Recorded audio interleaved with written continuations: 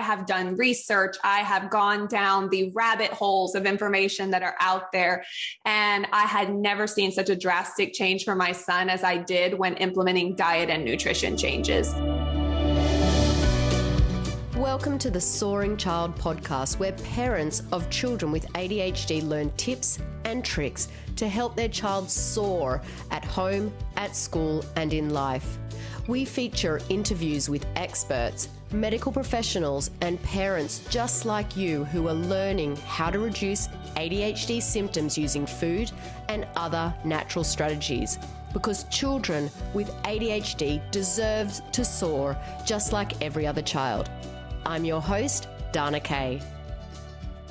Hello and welcome. So far on the podcast, we have taken you on a journey from diagnosis to what to do next, how to start parenting a child with ADHD. And last week, we looked at some of the underlying root causes of ADHD. This week, we are exploring the next step, diet and ADHD, how to start implementing changes to diet. Where to start. I'm Dana Kay, your host, and today we're talking with Andrea Daigle. In this show, we are going to be focusing on diet and ADHD and where to start. You are going to gain so much insight on some very common fears when making dietary changes. You are going to come out with answers to some of the most commonly asked questions and how to get started with diet for your kiddo with ADHD. Andrea is a board-certified holistic health practitioner and also an FDNP. Andrea has also worked with children who have behavioural disorders and learning disabilities for many years. She specialises in coaching families through implementing diet and nutrition changes, including helping with meal planning, creating family buy-in, maximising time in the kitchen, and so much more. She's also proficient in interpreting labs, customizing diet, lifestyle, and supplement protocols, and supporting clients through their healing journey. She not only brings her professional expertise, but her personal experience as a mum who has been through this journey with her own son who used to struggle with ADHD, ODD, and emotional dysregulation. She is a mum of two gorgeous boys and enjoys spending time in her garden and making memories with her family. This interview is extra special to me because Andrea is also a part of my team at the ADHD Thrive Institute. She has a very special place in my heart and I couldn't wait to have her on as a guest.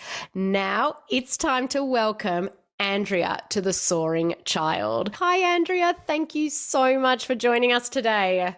Hi, Donna. Thanks for having me. I'm excited to be here. I am so excited to be here. I couldn't wait to get you on the podcast. Now, before we dive in, I like to always ask this to our guests, but our listeners would really like to get to know you a little bit better. Can you please tell us a little bit about your story with your own son and really what brought you to working with us at the ADHD Thrive Institute? Yes, absolutely. So my son, right when he was 7 years old, he started presenting with symptoms of ADHD. And I just started noticing he had problems with his handwriting. It was a little bit getting more and more illegible. He started having difficulty with his peers in the classroom. And just as time went on, I was hearing more and more from the teacher. And it was little things like not focusing or not completing his work. And so I knew that we were going to have to explore different ways to help him so that he could be successful in the classroom. But in the process of me exploring these different avenues, working with doctors and medication and that sort of thing, he started having outbursts, tantrums, and just a lot of emotional dysregulation. And at first it was once a week or every few days. And then it became every single day. And this was while we're trying to figure out, how to help him with his ADHD and the not focusing in the classroom. Now we have this big thing presenting, and that was the hardest thing for me to handle as a mom, the emotional dysregulation. So I started reaching out to anyone. We were seeing a therapist once a week. He was in play therapy. We started neurofeedback. We were going to a psychiatrist, and nothing was helping. we were at the point where school was calling me every day. We need to do something. I felt backed into the corner where we need to get him on some sort of medication. So, I did it. I tried medication and it was awful. He had the most violent rages on that medication. It just exacerbated the problem. And so I knew at that point that I was focusing my efforts on all the wrong things. I didn't know what to do. And I found your Facebook group, the ADHD Parent Nutrition and Support Group. And I had just been following along for a while. And I reached out and had a call, and you put my mind at ease and helped me understand that there was another option when I felt like I had nothing left. And that was a turning point for my family, for my son. And we worked through your program and we implemented diet and nutrition changes, went through functional lab testing with him, and we've never looked back. And so it's just been a fabulous journey for my family. It's amazing. And I just want to take one little step back, Andrea. What was your family life like, when you were going through all of these challenges? It was chaos. Every single day was chaos. Fortunately, I was working from home. I was in a position where I could be at home I have 2 boys. My husband works a pretty demanding job. So I was carrying the load of all of this every single day. And I was at school every day. I was having to pick him up early. I was in tears pretty much on a daily basis because my son, he was suffering. And not only was he having these crazy rages and these fits, but when he would come down from those emotions, he would feel terrible. Mommy, I don't know why I did that. I have no idea why. I'm a bad boy. And he would say things like, I don't belong in this family. And that is heartbreaking as a parent when you hear those things. It's devastating. And you don't know how to help them. I had no idea what more I could have been doing. And so it was just exhausting on every level. There's no words to describe what there is no words to describe. And, I feel every part of that emotion because it was exactly the same for the journey for me and my son. And so, now that you've come through that, I want to just fast forward quickly where you are now. When you started working with us, obviously I know this story, but, I want you to share with the families, really, why did you decide to start working with us? I have never seen such a drastic change applying all of the things that I have learned. And I have done research. I have gone down the rabbit holes of information that are out there. And I had never seen such a drastic change for my son as I did when implementing diet and nutrition changes. That was impactful for my family. And just with my background and working with children who have behavioral disorders, I've seen the ups and downs of medication, and I had never seen something that has changed someone's life like diet did for my son. And it was a process. As we work through implementing diet changes, every day was better and better. We'd make these small, slow changes, and we started noticing, the tantrums are not going on for 30 minutes or 40 minutes. Now they're about 10 or 15 minutes. And then we started noticing, okay, they're not every day. They're every other day, or maybe once every 3 or 4 days. And then the teacher started acknowledging, hey, I'm noticing a difference. Like, what is it that you're doing at home? Because I'm seeing such a big difference. And that was impactful because it was like, we are doing something now that matters, something that's making a difference. And the number one thing that was the most eye-opening was that my son at 7 years old finally said, Mommy, I feel happy. I feel good. Wow. And that was where we knew we were making a difference. And so that obviously inspired you to want to share that with other families out there experiencing the same thing?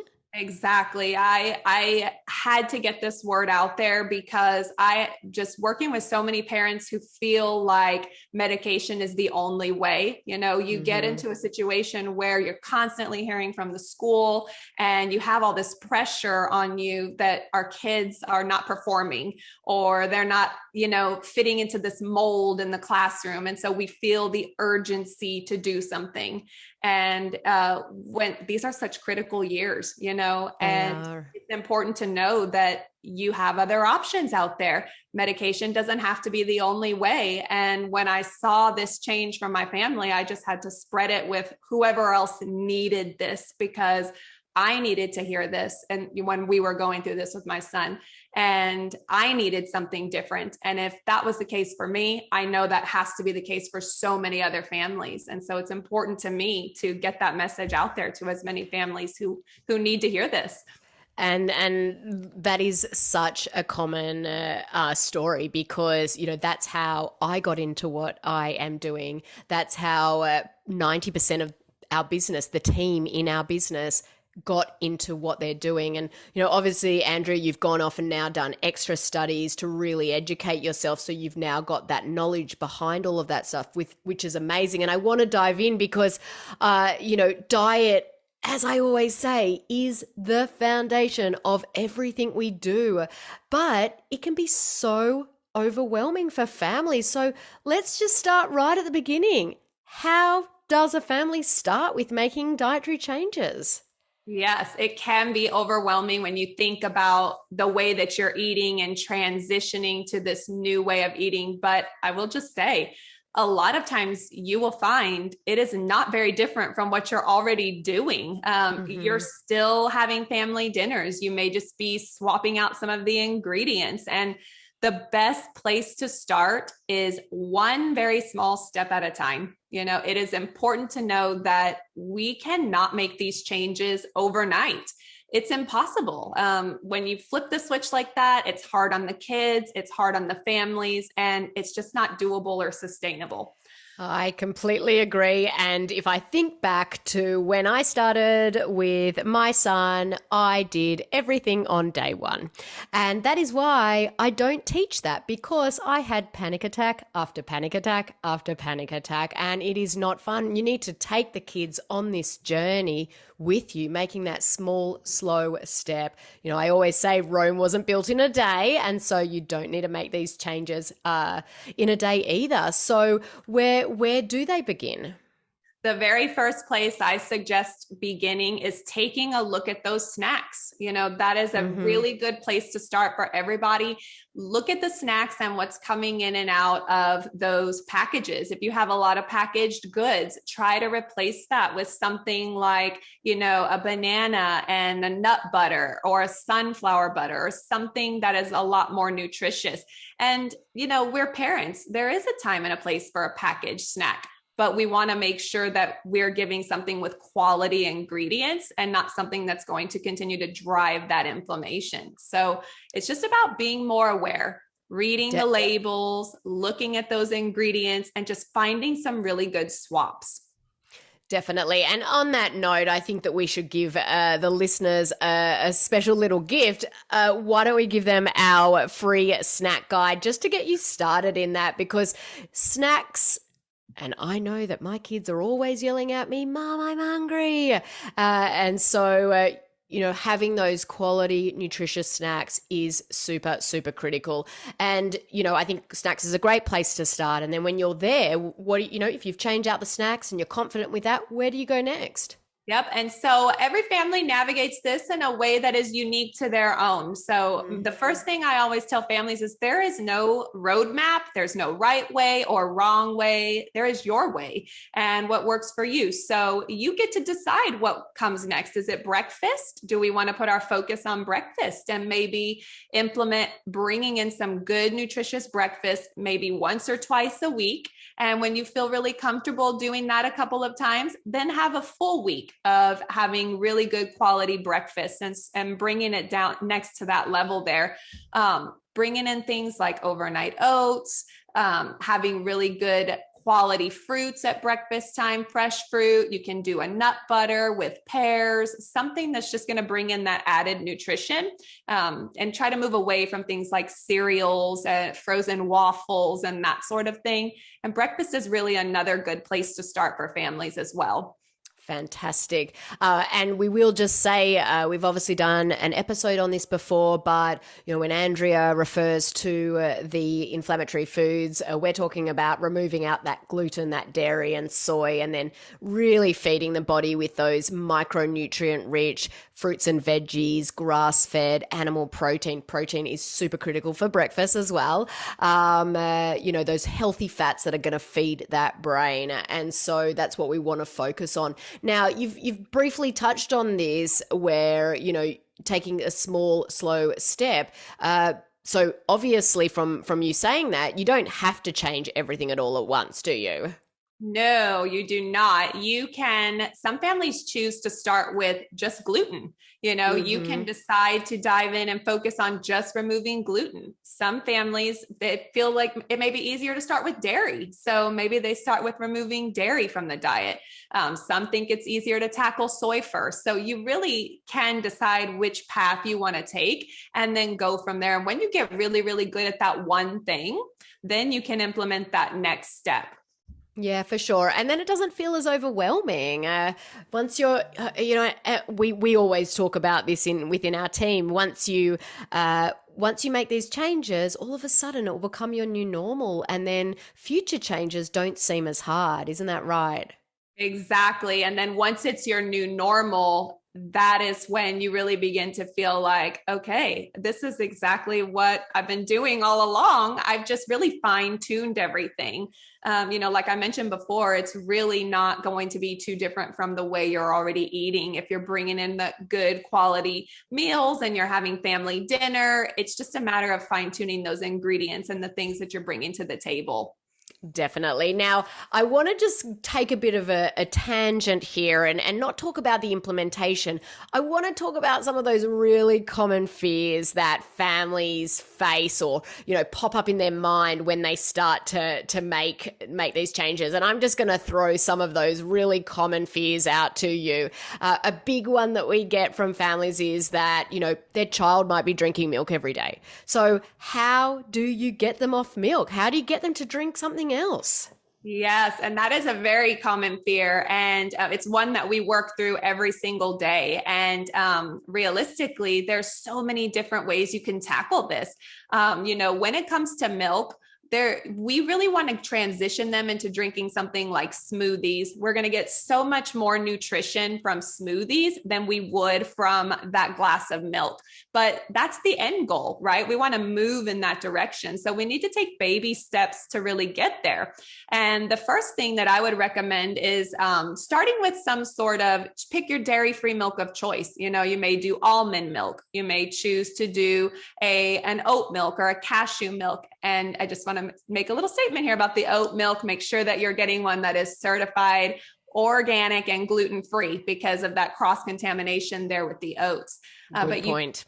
Yes, but you choose your dairy-free milk of choice and you can actually titrate the new milk with the old. And so what you want to do is mix a quarter of the new with 3/4 of the old and serve it that way for a few days and let the palate have some time to really adapt to that new flavor. And after a few days, you can increase where you're doing half of the new with half of the old. And you're going to slowly increase and titrate that way until you are drinking the full new milk. And if you're noticing a little bit of resistance there, just go back down. You can titrate up or down as you need to, but it does really work to retrain the palate that way when you take it nice and slow and you're bringing in the new milk very slowly with the kids. That is such an awesome tip to give families. I love that you talked about smoothies because at the end of the day, they don't need to be drinking a glass of milk because it fills up their little bellies and then they're not going to want those nutritious foods that you're going to provide at the main meals. And so, sometimes it's better just to say, we're not buying milk anymore, and then don't give them a glass. I find that sometimes needs to be done, especially if that's sort of like that crutch that your kid has is that glass of milk at night. Exactly. And some kids actually respond well to that when you just stop buying the milk. And there are some that need the titration. So you just do what works best for your family. For sure. So another big fear that families have is that eating healthy is expensive. It is. Look, it is much more expensive. However, or not much more, but what we're doing is we are not only just focusing on eating healthy now, what we're doing is we're looking into the future. We're helping our body in the future. And so future medical bills, future medication won't be required. So you're just diverting your budget from one area to another area. But can you share with us, what are some really good tips or some ways that we can really keep that cost down when eating healthier? Absolutely. And, that can be scary, especially when you think about your grocery bill, when you're first starting out. I will tell you, I found that once I paid attention to what we were cooking and bringing into the home, we actually saved money because we weren't eating out as much. We weren't grabbing on the go. I didn't feel like I was at the store every day trying to find ingredients for what we were going to eat. And then, of course, when you do that, you grab all of these extra foods you don't need. So my number one tip is meal planning. Meal planning can absolutely help with this and keeping the costs down. Plan out what you're going to eat throughout the week. And then the second tip is to stick to the plan. That's the most important one of the two. Yes. But when you're talking about grocery shopping and going into the stores, we don't have to buy every single thing organic. We really can put our focus on the Dirty Dozen from the EWG's website. We can check those out. If you see anything on the Dirty Dozen list, those we definitely want to be buying organic. We want to make sure we're getting really good quality fruits and vegetables and staying away from, the Dirty Dozen. And then so the second thing we can do is check out the EWG's Clean 15. The Clean 15 list, those are foods that are cleaner and you can actually purchase those. They don't have to be organic. So that's one good tip that you can use to save some money there on that end. Definitely. That's some really, really good tips. And for those of you that don't know the EWG website, it is the Environmental Working Group, ewg.org, and you can Google their Dirty Dozen and their Clean 15. And the Dirty Dozen are the foods that have the most pesticides in them. And that's a really, really good way. And we talk about obviously avoiding non-organic foods for the Dirty Dozen, and you can buy normal foods for the ones that are on the Clean 15, and then everything in between is based on your budget. If you can afford more organic, that's obviously better, but if you can't, that is okay. You need to adjust for your budget. There's some really, really good tips, Andrea, and I'm thinking that I am going to need to have you on a regular basis because there's so much discussion that we could continually have about all of these topics, and I love chatting with you. So let's just dive into, I think that this is probably the biggest one, is what if my child is a picky eater? And that's huge. I'd say about 70% of the families that come to us have a picky eater. So what do they do? Yes. And picky eating is so common. Like Donna mentioned, the majority of families that come to us are picky eaters. And the very first thing we do have to recognize is that it's not an overnight change. So if we are coming to the program and we're not eating broccoli or asparagus today, the chances of us eating that tomorrow are are slim to none. We have to work towards that, right? And so there's processes in place and steps that we can take to get them to trying these new foods. And the one thing we do need to note is that it can take up to 15 tries for a child to like and enjoy a new food. And so we can play games and we can bring in some really good quality family time into introducing these new foods. We like to do the family challenge. And I'll share one of the family challenges that we've done in the program. You actually can get the family together, make a list of new fruits and vegetables that everybody would like to try, and then let one of the kids pick which one we would like to try this week for the family, and write that one on the board, go to the store, pick out that food, cook it however you want to cook it, and serve that for dinner. And everybody writes their name on a chart, and we're going to hold the food together. We're going to smell the food. We're going to taste the food. You can lick it, chew it, all of the things.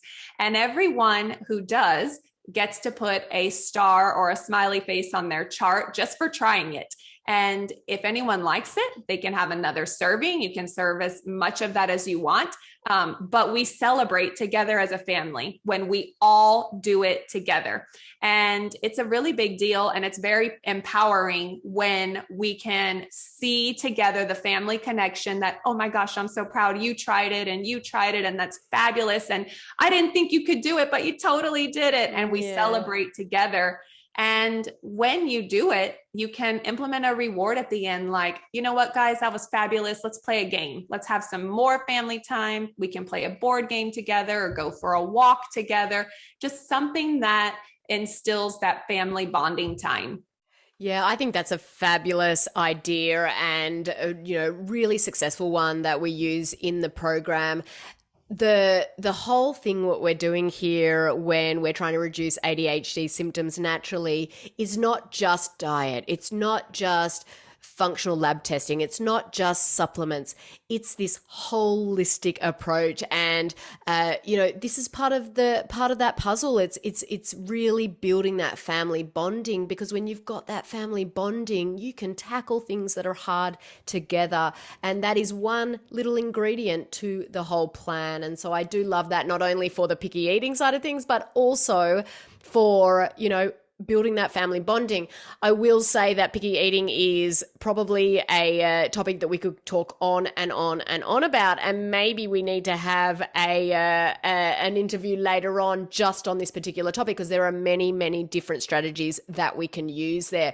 But before we end up, I just want to ask you a quick question, because again, this is another fear that people have, because kids, they go to birthday parties. They get access to all of this candy. They get pizza. They get ice cream. So how do they handle birthday parties when you're making these changes with food? Yes. The thing you want to do with birthday parties is be prepared. We always want to be prepared and plan ahead. So the very first thing to do is to call and find out what's being served at the birthday party. That way you can have something comparable when you bring your kids there. So what I typically do when we go to a birthday party is, if they're serving pizza, I will go to our local pizza shop, which I know has gluten, dairy, soy-free pizza. I will pick up pizzas for my boys, and we take that with us to the birthday. That way they're having the same thing that everyone else is having. And as far as like the sweet treat or birthday cake and things like that, I always will bring my own. And I'm not one that is quick to prepare in the kitchen. So I will go to my favorite local store and pick up a safe treat that is a cupcake that's gluten, dairy, soy-free, that I know my kids love. And I will bring that to the party as well. And that way, they're enjoying all of the things that the other kids are having. This has just become our new norm. And my kids are used to this way. They are not resistant when it comes to going to a birthday party, because they've adapted over time. And now, we started this journey when my son was 7. He is almost 11 years old now, and he chooses to eat this way. If we go to a party, he's the one who takes charge of what we bring and what that sweet treat is, because he doesn't want to go backwards. He doesn't want to feel the way he used to feel. And it takes time to get there. So really just recognizing that how the food makes your body feel over time, it will just make it easier and easier to stay the course during times when you're going to parties or being outside of the home. Yeah, definitely. And look, getting buy-in is a process, as you said. It does take time. And I think it's absolutely wonderful that he advocates for himself, because he just doesn't want to feel that way anymore. And it's the same for my son. And he's a preteen. He is almost a teenager, which scares me in a whole nother topic. But he knows that he doesn't feel well when he eats that stuff. It might not be those physical symptoms like stomach problems or a rash, but he knows that his emotions, that his focus, that his activity level, his brain, all of that stuff is much worse when he eats that food. And because he's older now, he can make that conscious choice that if he wants to feel like that and he goes and eats it, then he's the one that will suffer the consequences later. Look, Andrea, this has been amazing. I absolutely love having you on the podcast, and I really think that we could go on and on and on about so many different topics. And I think I'm going to get you on here, once a month or once every 2 months, because we could just dive deep into so many different things. It was an absolute pleasure having you here today. Is there one sort of last tip that, what's that last parting words that you've got for our viewers? The last thing I want to say is, if you're feeling overwhelmed or you're feeling like you have nothing left to try, or your children are really struggling, you haven't tried implementing diet and nutrition changes, now is the time. Don't sit on it. Don't wait. Don't even take a second guess about it. Now is the time, because it will be the best decision you ever make for your family. What a wonderful, wonderful way to end. Andrea, thank you very much. Everyone, I appreciate your time today, and I will see you next week.